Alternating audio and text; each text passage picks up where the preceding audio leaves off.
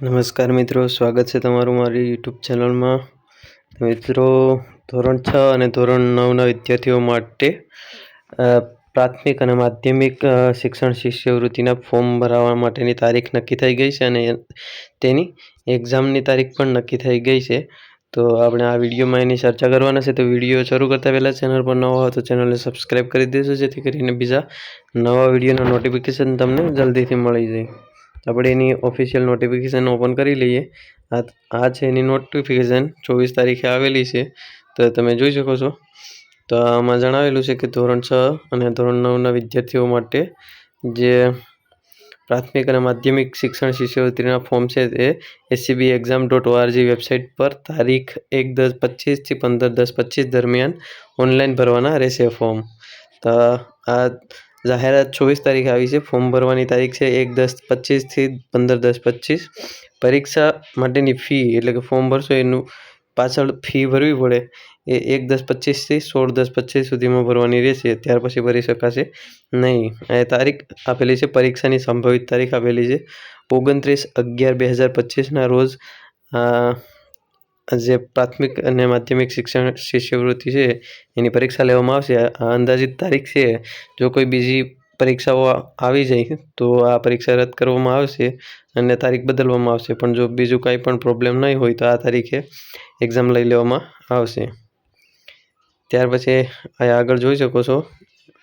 પ્રાથમિક શિક્ષણ શિષ્યવૃત્તિમાં જે વિદ્યાર્થી ચાલુ શૈક્ષણિક વર્ષમાં ધોરણ 6માં સરકારી પ્રાથમિક શાળાઓમાં, લોકલ બોડી શાળાઓમાં, જિલ્લા પંચાયત, મહાનગરપાલિકા, નગરપાલિકા શાળામાં ગ્રાન્ટેડ પ્રાથમિક તથા નોન ગ્રાન્ટેડ પ્રાથમિક શાળાઓમાં અભ્યાસ કરતા હોય તેવા વિદ્યાર્થીઓ પ્રાથમિક શિક્ષણ શિષ્યવૃત્તિ પરીક્ષા આપી શકશે. ધોરણ 5માં ઓછામાં ઓછા 50% ગુણ કે 50% ગુણને સમકક્ષ ગ્રેડ મેળવેલ હોવો જોઈએ. માધ્યમિક શિક્ષણ શિષ્યવૃત્તિ, તો એમાં જોઈ શકો છો તમે, જે વિદ્યાર્થી ચાલુ શૈક્ષણિક વર્ષમાં ધોરણ 9માં સરકારી માધ્યમિક શાળાઓ, લોકલ બોડી શાળાઓમાં, ગ્રાન્ટેડ માધ્યમિક તથા નોન ગ્રાન્ટેડ માધ્યમિક શાળાઓમાં અભ્યાસ કરતા હોય તેવા વિદ્યાર્થીઓ માધ્યમિક શિક્ષણ શિષ્યવૃત્તિ પરીક્ષા આપી શકે છે. ધોરણ 8માં ઓછામાં ઓછા 50% ગુણ કે 50% ગુણને સમકક્ષ ગ્રેડ મેળવેલ હોવો જોઈએ. તો ઓછામાં ઓછા 50% બંનેમાં તમારે હોય એ વિદ્યાર્થી આમાં ફોર્મ ભરી શકશે.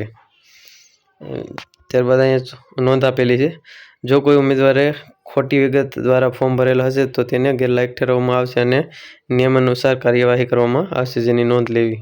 તો કોઈ પણ ખોટી રીતે ખોટા માર્ક કે કોઈ ખોટી ડિટેલ એન્ટર કરીને ફોર્મ ભરવા નહીં. ત્યારબાદ પ્રાથમિક શિક્ષણ શિષ્યવૃત્તિમાં શું કીધેલું છે? પ્રાથમિક શિક્ષણ શિષ્યવૃત્તિ પરીક્ષા માટે અભ્યાસક્રમ ધોરણ 6નો ઓક્ટોબર 2025 સુધીનો રહેશે. એનો સિલેબસ કીધો છે. માધ્યમિક શિક્ષણ શિષ્યવૃત્તિમાં એનો અભ્યાસક્રમ છે ધોરણ 9નો ઓક્ટોબર 2025 સુધીનો. ત્યારબાદ એના પ્રશ્ન અને ગુણનું કીધું છે. પ્રાથમિક માધ્યમિક શિક્ષણ શિષ્યવૃત્તિ પરીક્ષામાં આવી રીતનો પારાંક રહેશે, જેમાં ભાષા અને સામાન્ય જ્ઞાનના પ્રશ્નો 60 હશે, એના ગુણ 60 હશે. ગણિત વિજ્ઞાનના 60 પ્રશ્નો હશે, એના ગુણ 60 હશે. કુલ 120 મિનિટનો સમય હશે અને કુલ પ્રશ્ન હશે 120.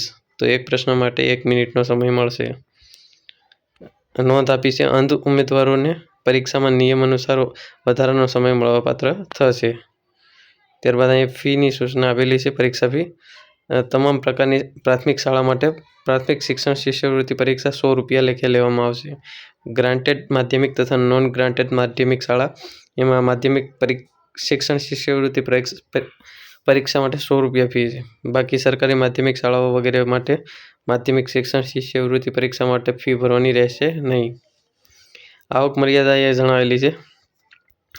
પ્રાથમિક શિક્ષણ શિષ્યવૃત્તિ પરીક્ષા અને માધ્યમિક શિક્ષણ શિષ્યવૃત્તિ પરીક્ષા માટે આવક મર્યાદાને ધ્યાને લેવામાં આવશે નહીં. એટલે આવક મર્યાદાને આમાં કોઈ ધ્યાને લેવામાં આવશે નહીં. નોંધ: આ પરીક્ષા આપનાર તમામ વિદ્યાર્થીને પરીક્ષાના પરિણામની માર્કશીટ, પ્રમાણપત્ર આપવામાં આવે છે અને સરકારશ્રીના ઠરાવ ક્રમાંક પ્રમાણે આપેલો છે ક્રમાંક અને તારીખ 14/8/17ના પ્રમાણે પ્રાથમિક શિક્ષણ શિષ્યવૃત્તિમાં મેરિટમાં આવનાર 1000 વિદ્યાર્થીઓને તેમજ માધ્યમિક શિક્ષણ શિષ્યવૃત્તિમાં મેરિટમાં આવનાર 2900, જેમાં ગ્રામ્ય 1500 અને શહેરી 1000, ટ્રાઇબલ 400 વિદ્યાર્થીઓને ઉચ્ચ શિક્ષણ કમિશનરશ્રીની કચેરી ગાંધીનગર દ્વારા શિષ્યવૃત્તિ આપવામાં આવે છે. ઓનલાઈન અરજી કરવાની રીત.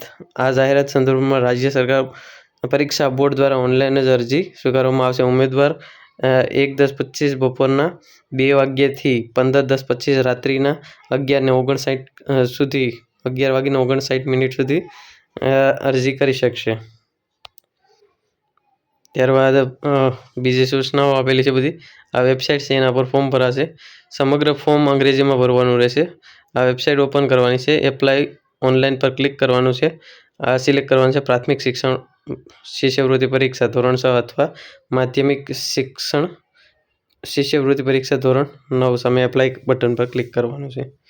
ત્યારબાદ એપ્લાયના ઉપર ક્લિક કર્યા પછી એપ્લિકેશન ફોર્મ દેખાશે. એપ્લિકેશન ફોર્મમાં સૌપ્રથમ માંગવામાં આવેલ તમામ માહિતી ભરવાની છે. ત્યારબાદ યુ-ડાઇસ નંબરની એન્ટ્રી કરતા વિદ્યાર્થીની વિગતો આપોઆપ આવી જશે. તે સિવાય ફોર્મમાં બાકી રહેતી વિગતો સાથે ભરવાની રહેશે. શાળાના ડાઇસ નંબરના આધારે શાળાની વિગતો આપોઆપ આવી જશે. પ્રાથમિક શિક્ષણ પરીક્ષા ધોરણ 6માં ધોરણ 5નું પરિણામ અને માધ્યમિક શિક્ષણ શિષ્યવૃત્તિ પરીક્ષા ધોરણ 9 માટે ધોરણ 8ના પરિણામના આધારે પરિણામની વિગતો ભરવાની રહેશે. ત્યારબાદ બાંહેધરી પત્રક વાંચીને ટીક કરવાનું છે. સબમિટ પર ક્લિક કરવાનું છે. એપ્લાય પ્રિન્ટ પર ક્લિક કરવાનું છે અને ફી પર ક્લિક કરવાનું છે. ત્યારબાદ કન્ફર્મેશન નંબર મળી જશે અને એની પ્રિન્ટ લઈ લેવાની છે. ફી ભરવાની રીત અહીં આપેલી છે. ઓનલાઈન ફી કઈ રીતે ભરવી. ક્રેડિટ કાર્ડ જેમાં એટીએમ કાર્ડ હોય, ડેબિટ કાર્ડ વગેરે અથવા નેટ બેન્કિંગથી ફી ભરી શકાશે. ત્યારબાદ જે પેમેન્ટ ગેટવે દ્વારા ઓનલાઈન ફી ભરવામાં આવે તે ગેટવેનો સર્વિસ ચાર્જ અને જીએસટી આપમેળે લાગુ પડશે. એમાં ઓટોમેટિક કપાઈ જશે જે અલગથી ટેક્સ હોય તે. એ 5 થી 8 રૂપિયા જેવું હોય અમુકમાં પ્રાઇવેટમાં. યુપીઆઈથી પણ ફી ભરવાનો કોઈ વિકલ્પ યોગ્ય વિકલ્પ પસંદ કરવો. હા, યુપીઆઈનો પણ વિકલ્પ છે. તો આવી રીતે તમે આનું ફોર્મ ભરી શકો છો. અન્ય કોઈ જો તમારે માહિતી જોતી હોય તો આ વિડીયોની નીચે કમેન્ટ કરી દેશો. અને આ જો પીડીએફ તમારે જોતી હોય તો આપણી ટેલિગ્રામ ચેનલ ઉપર અપલોડ કરેલી છે, ત્યાંથી તમને મળી જશે.